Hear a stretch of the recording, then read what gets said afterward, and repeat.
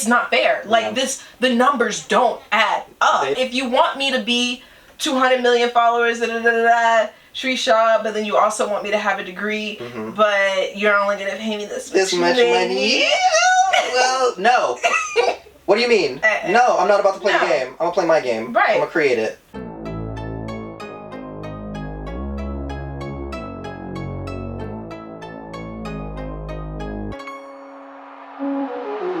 You're listening to the Aftergrad podcast. I'm Victoria. I'm Robert Kane, and we're your fellow Aftergrads trying to find clarity and security in the post-grad moment. On this channel, we discuss the societal pressures that stand to mold us into inauthentic versions of ourselves as we strive to make our dreams a reality. We welcome you on this journey as we navigate the pandemic, bills, careers, and who knows what else. But today, we are looking at the value of a college degree. Is it worth it? Was it worth it? Let's look back at it. Would we do it again? Would you do it again? Or would you not? Right. Or are you currently not doing it and you're thinking about doing it? Right, because times are changing. We're living in a society right now where people are becoming more educated, but at the same time, the jobs that they're gaining aren't paying off the investment that they sometimes made on gaining a college degree. Exactly. And it can be very troublesome. You're putting down like $67,000 a year. Right. That's a lot of money. And you come out ready, hungry to pay it off. With a job that isn't paying nearly as much as it should in order to start getting the debt removed, and right? You get slapped in the face with the truth being that the job you're qualified for or expected to have firstly coming out of college does not pay those bills. It does not add up. In 2017, between 2017 and 2018, it was recorded about 16% of people had a secondary education, and a majority of those people were coming from high income level families. Now, pushing that forward, more than 90% of the jobs require a secondary degree. And for what? For why? What? Because it's a situation where we're telling people that they need to be educated and qualified and have the degree for these positions, but then they get into the job market immediately after graduating, and there's so many instances that are occurring. Either people aren't able to pay off the debt, people have these degrees and they're not able to find a position that is in alignment with the degree that they earn, so then they're sitting here floundering for ways to use their degree, and then it's a situation where you're forced to go back and maybe obtain a job that you're overqualified for. You feel as though you get into a position and you had ideas about what it would look like, but it's not panning out in the ways in which you imagine for yourself, and that just leads to depression, overwhelmia, being overworked, and it's just not a cute look. At the end of the day, they are looking at those numbers, and one thing I found very interesting when we were talking about this earlier that I found in an article was that there is an overinvestment in education. There's a lot of money going into the degree, requiring you to pay a lot of money for the degree, but then you're coming outside of the degree and the marketplace does not or cannot, basically, they can't afford you. let me put it in basic terms. They cannot really afford you, and the only thing that they can afford is basic entry-level jobs, and so you're coming out overqualified for these positions, wondering why can't you get these other positions that other people have been in line for quite some time now, who have graduated maybe before you or who have not graduated and who just been working at this hard, proving themselves to the company, their commitment, their dedication to the company, and so forth. And so you are left with the reality check that, I know you put in around $67,000 and more, per year, but that doesn't mean anything because this is all we can offer you because we can't afford that. We can't afford you.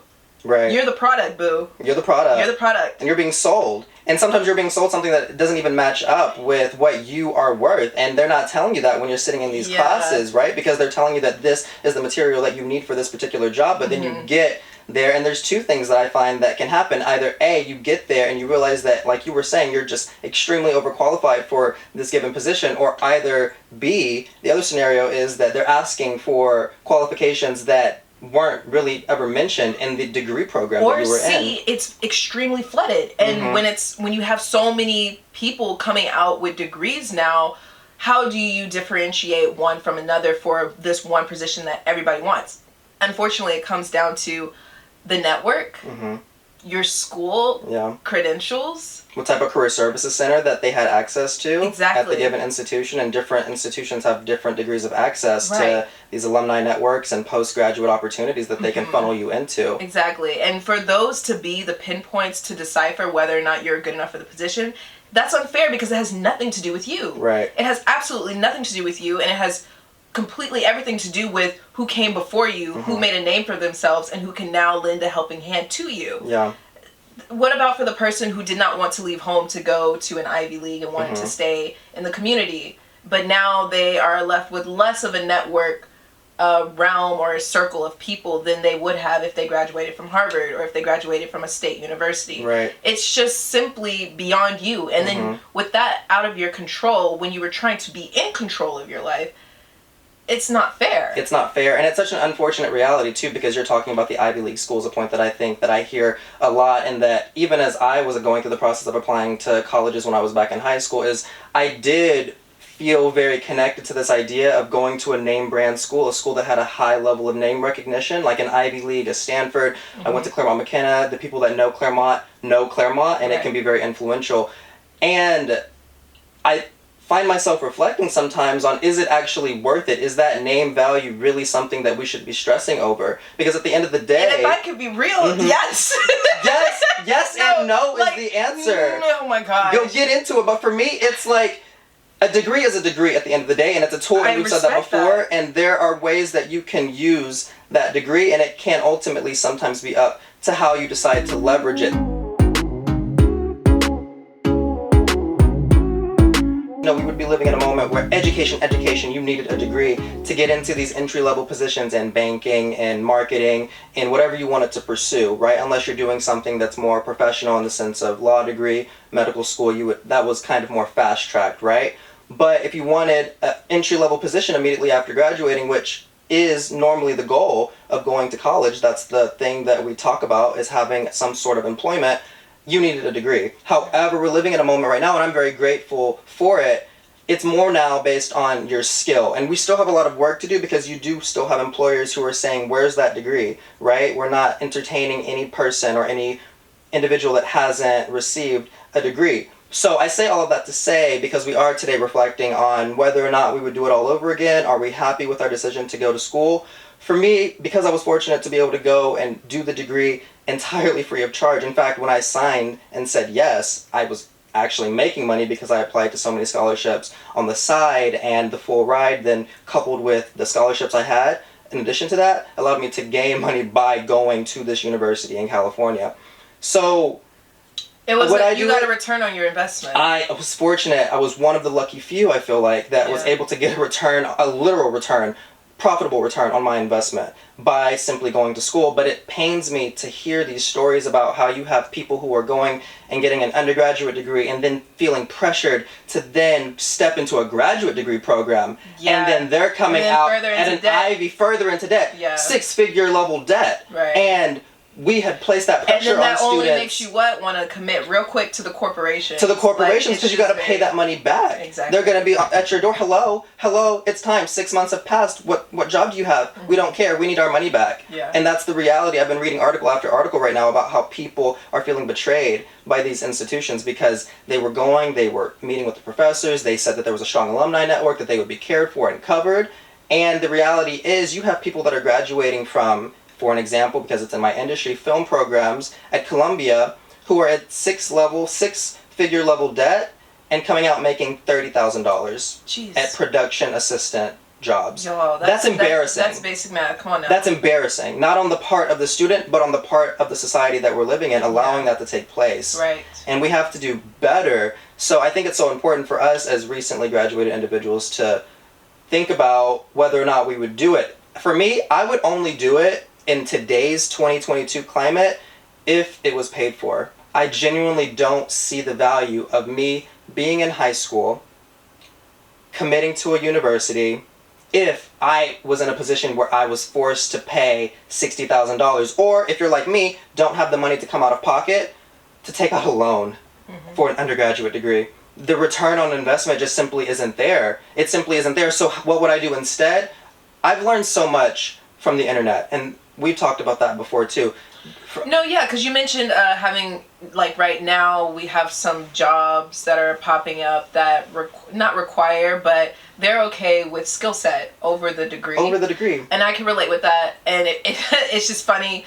It's very unfortunate that not only is our generation coming out in the midst of a pandemic, but we're also coming out in the midst of a career culture shift, right, or like a job market culture shift.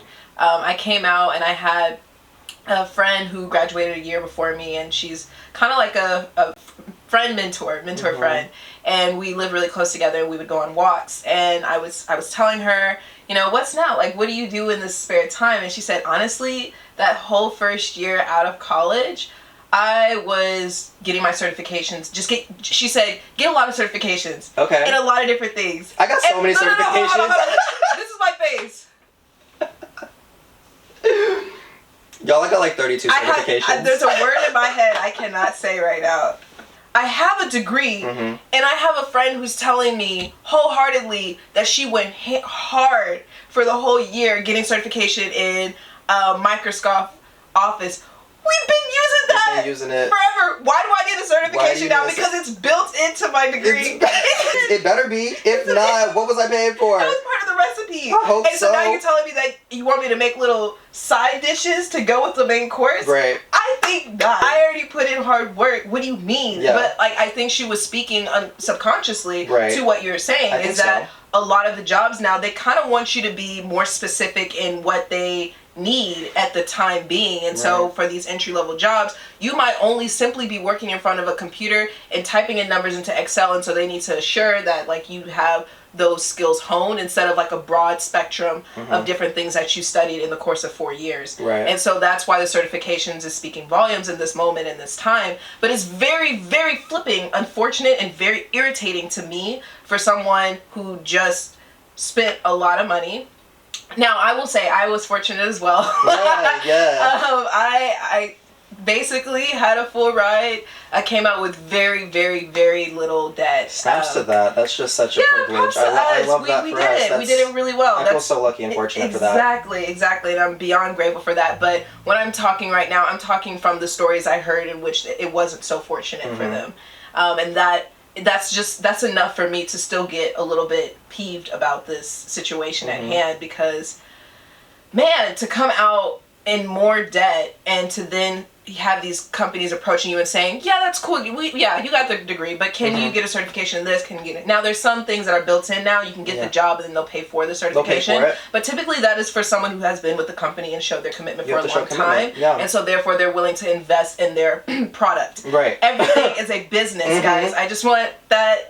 I can't, you know, when I took my first economics class, I love this professor, and he said, you know, after you're done with this major, you're gonna think everything's a scale. And I do. I really do. So yeah, it's really unfortunate that the bottom line is changing. And with that change, honestly, if I would have, this is something I wanted to get into, I would get the degree again. You would? I would. Would you get it again if you had to pay for it? If I had to pay for it, I would. You would if you had to pay for it. If you had to go into the debt. Give me a moment. Let me really think about it. Yeah, that's so important. Gosh. That's because that's what a lot of people are facing, and that's the distinction that I want to make too. So I want you to think about it, and I want you to have a strong answer on it, because for me, again, it's a strong absolutely not. It's a fuck no, if I'm being entirely transparent. If I had to pay for it, or if I had to go into the $60,000 per year debt, taking out a loan, it's an absolute no. And again, going back to the point of, you know, your friend, you were talking about the certifications. I'm all for a cute certification, but let it be in something relevant. Let it be in something that you see yourself using and you're adding to your personal toolkit that you're going to build your own career for. But don't do a certification because you think for a job or because you think it's going to give you a leg up. It's not unless you use it how you want to use it. Exactly.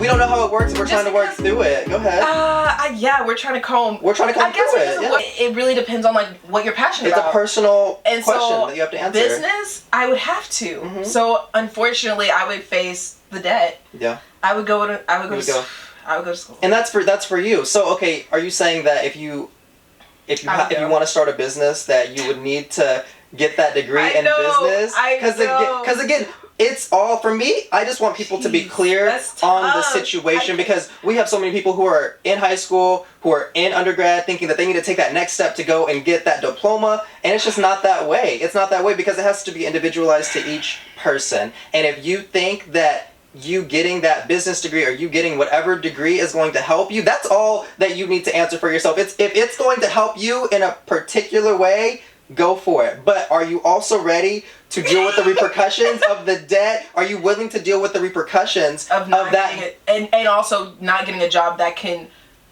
compensate for that debt. Hello. Hi. That part, because that's what so many people are facing right now. It's the compensation. It's the compensation. It's not coming back. Is it going to be the degree that delivers you to that position that you are working towards? If the answer is no, then it's a hell no. Okay? And if it's yes, then it's a fuck yes. Yeah. Go for it. Get it. Collect what's yours. But if not, rethink. Jeez. Because we're living in a society right now, remote work too is on the rise. Like, the way we haven't touched an office, the way we have not sat in a cubicle, and I plan not to ever.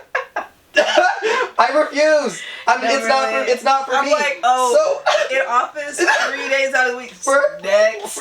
Slide that way off, because it's a no for me. Yeah. Not when there's so much information that's available to us. Not when people are creating businesses and empires. There's solopreneurs. There's so many ways to create income, and I just want people to be aware and knowledgeable of all the avenues that you can take. Getting a degree is one of them, and we've promoted that avenue as the end-all be-all way to pursue a safe and secure financial freedom and future for ourselves.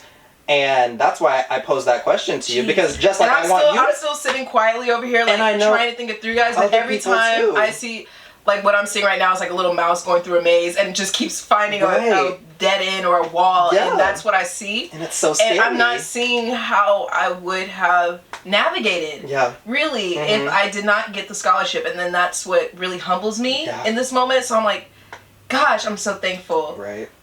But I legit, I'm trying to get my brain to go there. Like, would I do it if it meant me being in debt? Yeah. I don't think so. Yeah. Okay. You're with me. You're with me. You joined me. I don't think so. Yeah. It would be a. Because again, the statistics, they show that you're not going to be able to make that return on investment to pay back the debt. And for me, that's just my worst nightmare, is being living in someone's debt. And I feel like I'm, in some sense, their property. Yeah. They own me. In a sense, they're always going to be at my door saying, hello, it's time to pay up, and I just don't want that for myself. So that then takes me to a question. Knowing me, I would probably hustle for investors to invest in me. There you go. And tell them, listen, if you send me to college, this is the return I got you. I got you. I would do like a personal turnover in money. Just a hustler that I am by nature. Absolutely. I know I would pull something like that. I would pull something ballsy and just with a straight face.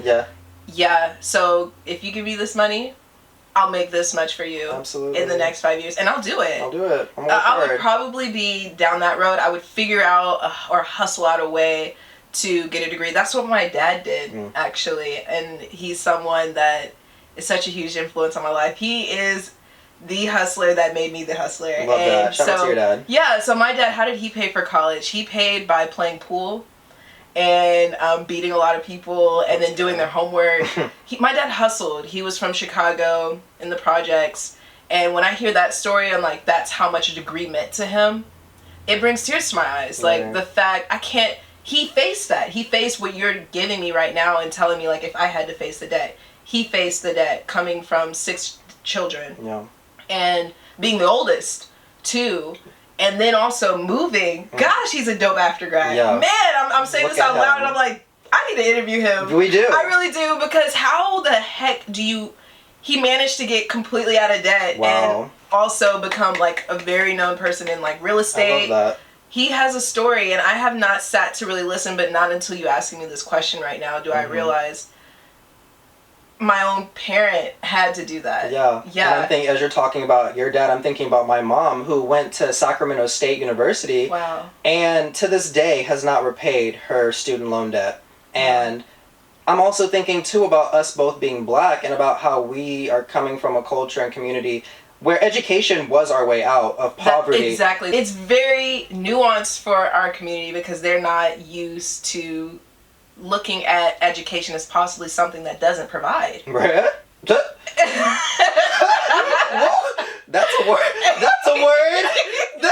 That's a whole word. Wow. Yeah. No. That just took. Ooh, that's. I'm so sorry. We might have to cut this whole show because that really just sent me back. Because for me, I just come from. My parents were like, "You're going to college." Yeah. That's the next step. Yeah. Go. Right. But I was always a very independent child, so yeah. I was very resourceful. You had to choose to, like, in your mind, it had to be a yes for you. Yeah, it had to be a yes for me. You know, and I was a person that wanted it for myself too. Right. But education, again, my mom fought hard to get me into one of the best private schools that was in North Little Rock, Arkansas. Mm-hmm. Right? So education, and it was funny because the way that it happened was I was supposed to take a test so that I could once again get a scholarship to attend this particular high school. And I bombed the test because I was having some stuff go on in my personal life the first time. My mom walked back in there and begged the entrance person, the person overseeing the exam, to let me have another try to retake the exam. So I've always... You must make me cry. No, because that's how we do. Because education is the way out. And that's another reason. I mean, I just want to pay it back to my mom because I want her to know that her investment, I am her investment, it's going to be paid off one day. I'm going to be able to bring back. And although I don't see education in the traditional sense of a sole diploma being the way out for us, I'm definitely going to use that degree. Again, I like the word you used. It's nuanced. It's very complex, dynamic situation that we're dealing with. But I know there's so many people having these thoughts right now because we're just living in such uncertain times right now. And people are questioning their decision. And I certainly was not questioning, because again, I knew that there wasn't anything that I would ever have to pay back to my university after I got the degree, but I was thinking about why. What was it all meant for? You know, I was spending 4 years here, and I know I had a lot of positive experiences that produced me and built me up and gave me new learnings about life. I was able to study abroad. So many things that I got from the experience of going through the degree. One of which, and one of the primary things to consider too, if you're deciding if you want to get a degree, it's time. So again, if you are in a position like myself where I went after the scholarships, I really like how you framed it. If you were in a position where you didn't have a full ride offered to you immediately, you would go to investors and ask them to personally invest in me.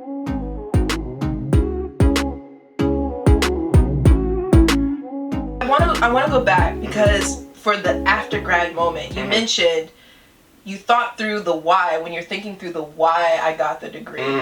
That's not only relevant for the high schoolers about to go into college. It's very relevant to this very moment right now. Why did I get that degree?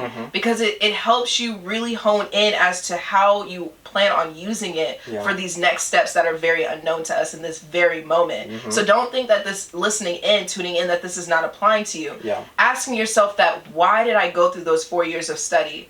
What did it mean to me? How does it help me right now in this instance? Exactly. Those questions are good to repeat in this stage so that you can find clarity in this post-grad moment. I feel like we do have other options of getting to obtaining our goal compared to someone else who didn't go get a degree. And that's why I use the word privilege. Right, exactly. Absolutely. Exactly, because I don't want to disregard and say, oh, it's the same type of journey if you don't get a degree. It's not. No. It's really not.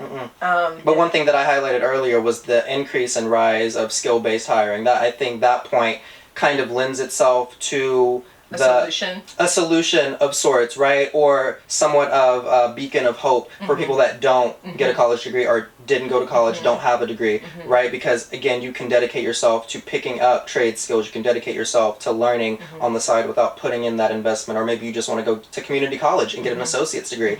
There's different ways, and I think society is catching up with the realities that your human capital is your most profitable asset as a business, I personally think. And if I ever have the privilege of starting a business, I will take that mindset in. It's about the people that you bring into the fold. If you're not investing in them and telling them that you care for them and show up for them, your business is going to fail. Exactly.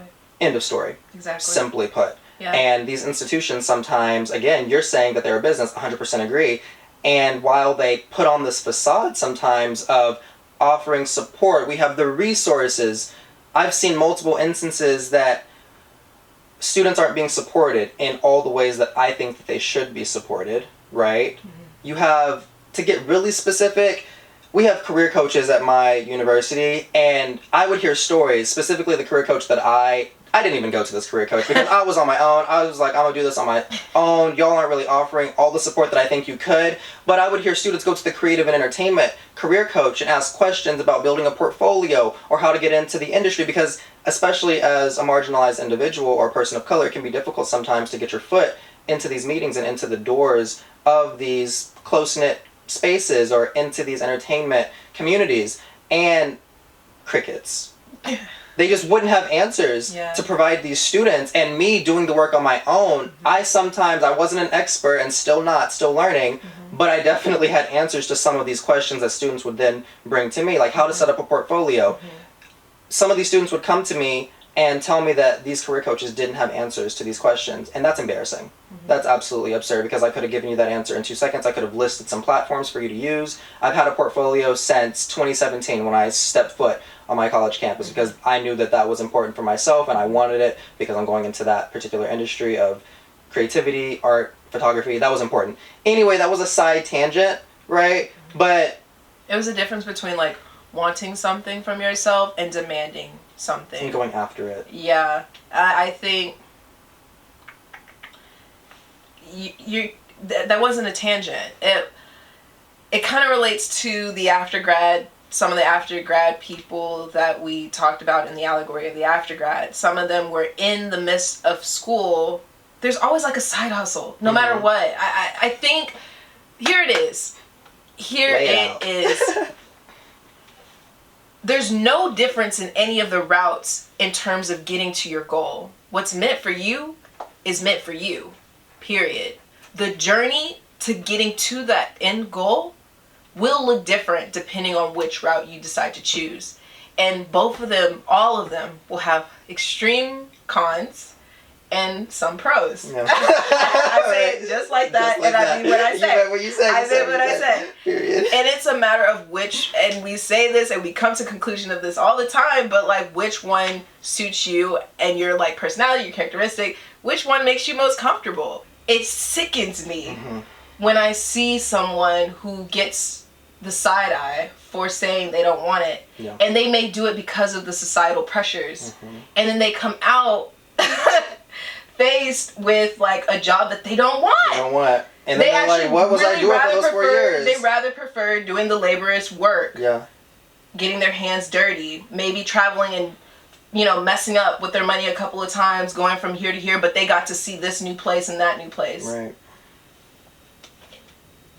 Whatever speaks to you. And speaks to you. And, on the note of getting a degree because you want it, I was listening to this podcast. I've told you about it before. Dua Lipa, if you know her, you know her. Very popular pop artist. She was interviewing on her new podcast called Dua Lipa at Your Service, and she was interviewing Megan Thee Stallion. So if you know, Megan Thee Stallion recently got her degree, right? I love that her story. I love that so much. I love her story. It's so empowering. She's just such a powerful boss. The way she does it with grace. Because she knows what works for her. What works for her. She had no business. I shouldn't even say had no business, but she was at a position where she didn't necessarily need the degree. Her career was on the rise. Her career was on the rise. There was more. It was like very intimate to her. Like, it was very intimate. It was for her mother. She wanted to be able to provide health care or care for older people at the later stages of their lives. And she wants to be able to open up that type of facility to care for those types of individuals. Just a hospitality facility. So I don't remember exactly what she got her degree in, but it's in some sort of public health career field.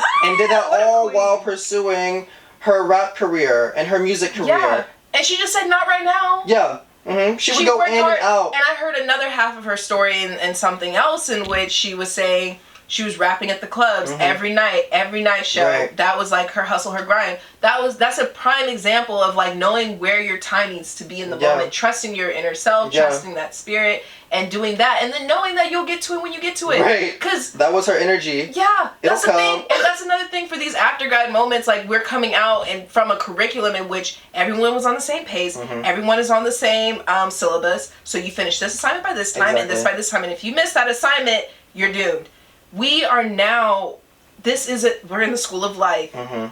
It's different. We are not all on the same curriculum. We are not all on the same syllabus. Things will come later. Things will come earlier than most of us. But essentially, we'll all get what we want in the end. And even if you're on that schedule too, even if you're, where we're at as aftergrads, even if you're actually still in school, work at your own pace. Don't be distracted by all the excess noise too. I understand that you have assignments at the same time that are due, and you have people that are doing the internships and the jobs, but still find a way to mentally disassociate in a sense where this is my path, and even though I have all these students and friends that are going after this, yep, exactly. I'm here for this purpose, and I'm not going to be distracted or put off my path based on what other people are doing. And don't let the parents assign you work too. Don't let them make you feel pressure like I'm supposed to be with someone and I'm supposed to be nearing married right now. Next is grandkids. Bump that. Bump it. Bump that. Your own timing, your own syllabus, your own curriculum. And unfortunately, that means when you look side to side and you look around you, you got to be confident in yourself, where you are, knowing that they are just on a different path, and some things came a little quicker, but other things are coming slower for them, but you can't see it. And unfortunately, that we're living in a social world in which everything projected is the good, but everyone has their thing. Everybody has their assignment, and we just need to do ours. Let me focus on my homework. Let me do me. I got a lot of homework to do. I have a lot of homework. And but the great thing about the school of life, there's no deadlines. There's no deadlines. There's no deadlines, and we shouldn't feel the pressure to try and put deadlines on it. Exactly. We don't need to rush. That ruins the moment. That brings forth stress and pressure, and that's something else to take in consideration for those out there who's tuning in right now and thinking about going to college. There's a lot of new shit. You're pressured to be on someone else's time, and I think that preps you well for the corporation world. But I love how you talked about we have that too, but we can keep going. We can keep going, and I want us to keep going because this is just such a full conversation. But I mean, we released an episode where we talked about writing your own syllabus and building your own life, and that's not just to title it in that way. We mean that literally. So if you decide not to go to college, one thing that I was thinking about when we were answering the question of whether or not we would do it all over again when we get the degree, for me, again, if I was paying for it, my answer would be no. I would literally build my own syllabus. I would go on college websites and see what type of content they're including in the majors. That's where my university would have taken place, with the internet in my bedroom. I would have just collected syllabus, and that's what I would have done. And I would have created my own curriculum. I've learned so much from the certificates, true. I've learned so much from YouTube. I've learned so much from the internet. We're at a point right now where we're not having it. We deserve better, especially when we've been told that this was the way, this was the path forward for our community, for aftergrads in general. So that's the way that I feel. I stand by it, and that's my point on the matter.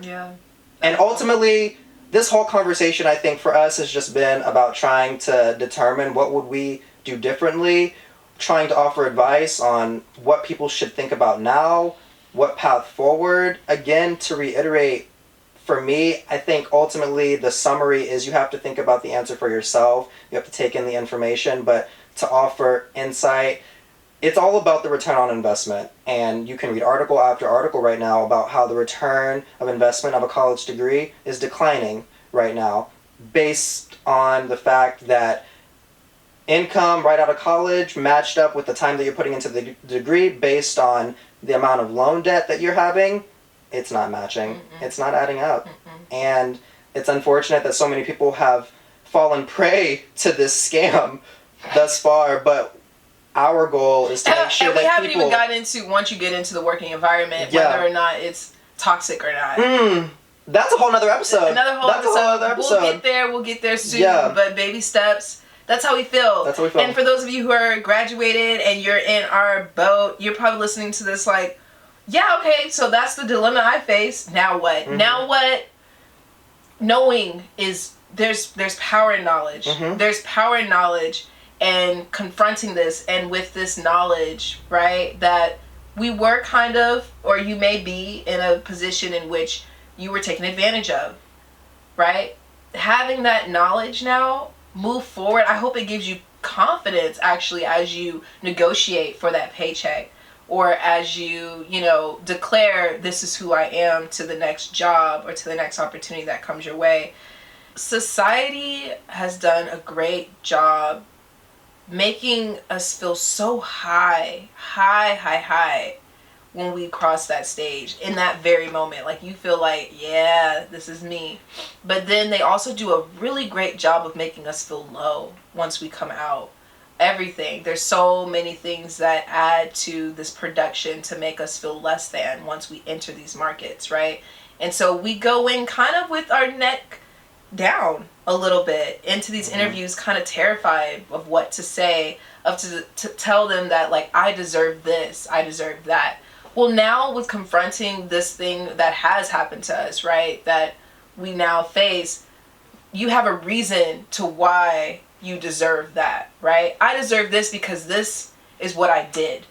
I deserve this because this is how much money I put in, and I want you to do the math on how much I now need to come out with. I deserve this because I worked my butt off, and that resume is proof that I am committed to this job. Do you hear the difference in, like, the tone, the tonality, and, like, it's a different, like, I would hire. Yeah, I would hire. Absolutely, because those are people that I want. They know who they're about. They're confident. They know sure. what they face, and now they're trying to create a solution, and they're hoping that I can help. And I want to be a part of their mission, but they also want to help me. Right. And the fact of the matter is, these employers, if they don't meet us where we're at mentally and what we're asking for and how we're evaluating ourselves, it's not meant to be. Let me tell you. And they're going to get the memo soon because we're going to continue to walk. Right. Like I did. Right. Exactly. Bye. Now, talking about taking a walk. Yeah, talking a walk. Yep. We got an Aftergrad. We do. Who took it? Who took it? Who decided to leave the corporate, leave the 9 to 5. And, you know, we don't know what this segment is going to be called, but again, at the end of every episode, we ask you all to send us situations, scenarios that deal with being an Aftergrad, right? And that's not just for any which reason. We actually want to connect with you and learn about your stories so that we can feature them on our show and we can hear them and we can all work through these collective situations together. And we got our first submission. We did. Thank you so much for allowing your story to be shared so that others can be healed. Yeah. Heal from the trauma and hurt. And know that we're not alone in this remote world when we're all more disconnected and discombobulated and just all out of sorts. But we're going to read the situation, okay, and then we're going to respond with our thoughts. Okay. Honestly, we kind of hit on our thoughts that have to pertain to this particular situation, but I'm going to read it. So, this particular Aftergrad says, "Hi, Aftergrads. I feel like quitting my job. Hey. I feel like quitting my job, but I'm a little scared because everyone keeps saying that I need to have a backup plan, but it's draining me. And I know you're a huge advocate for it. What are your thoughts?" What are our thoughts? Is there context around... Okay, so moving without a plan B. My first thought is, financially, are you okay? Right. Can you handle 3 months of nothing? Yep. Nothing coming in. If that's the case, and if, say that's not the case, right, and this place is eating at you, and you have to go, do you have a place to go in which, when income isn't coming in and you can't afford 3 months out, can you be there at peace, right? Peacefully. Peacefully, right. Okay. That's my first response. I agree completely. I think for me it was also the financial stability, right? Are you able, if you're thinking about walking right now, what's the bank account look like? Do you need this job? Because you don't want to be in a situation where you put in your 2 weeks notice and then you quit and then immediately you're looking for a job. I think that's also something we should talk about too. To hop right back into, like, insanity. Yeah. Because, you don't want to, that pressure of hopping out, then hopping back in, it doesn't give you time to think, process what you want next, and to manifest what can be right for the next move. Right. That's why you left. Right. Too. And this idea of having a backup plan, toss it. Yeah. Toss it, literally toss it.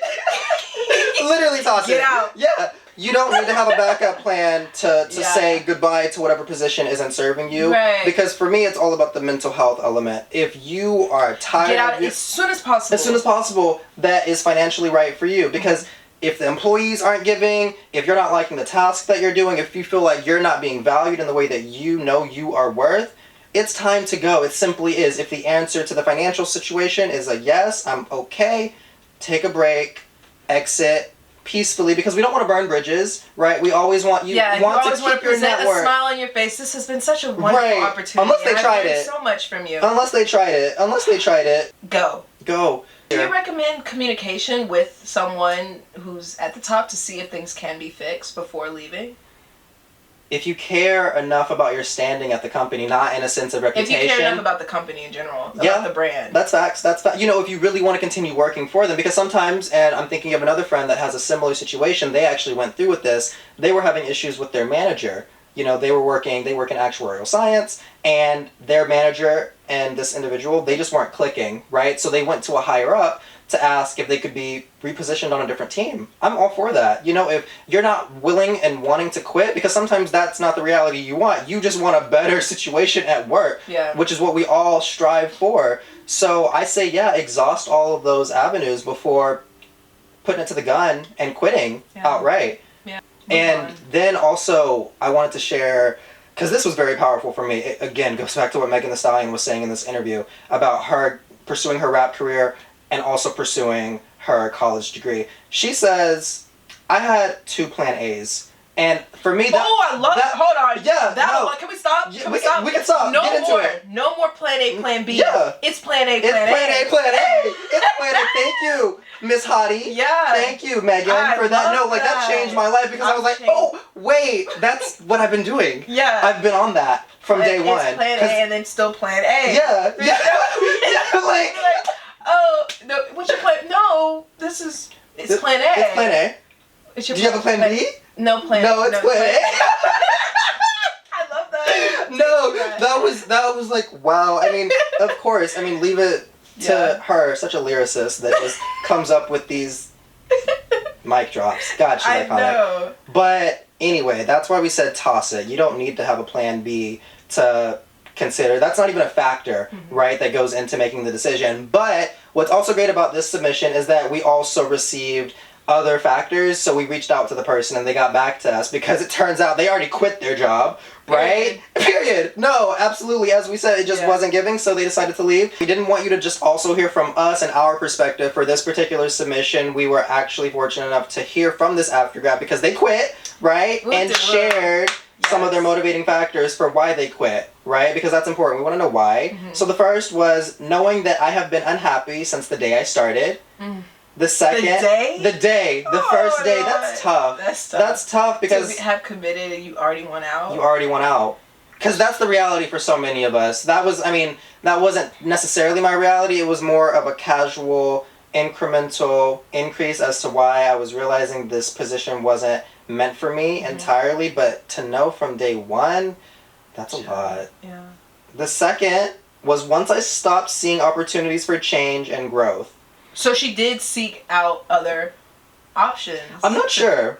I'm not sure if she did or not. She just didn't see.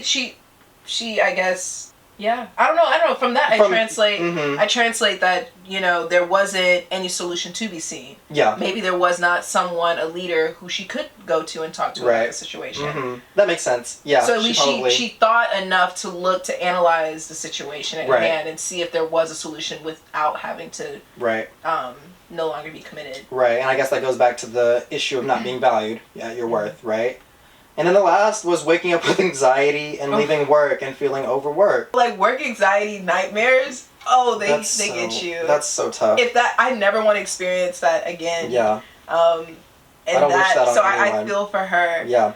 Yeah, no, go. Go. If you start having dreams about it, get out. That's when you know it's time, right? So ultimately, again, you don't need a plan B to decide to quit, right? As we said, plan A, followed by, Megan's advice. And after, guys, this is plan A. It's plan A, honey, okay? Right.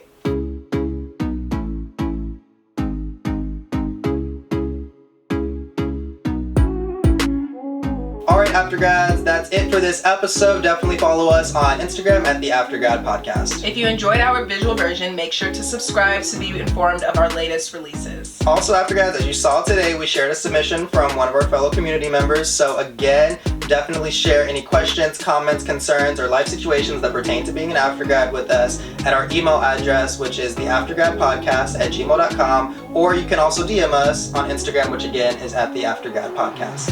Please do that. In addition, it would really make us happy if you would give us a 5-star review to help grow our family and to hear back from you guys. Definitely. And with that, this is the Aftergrad Podcast.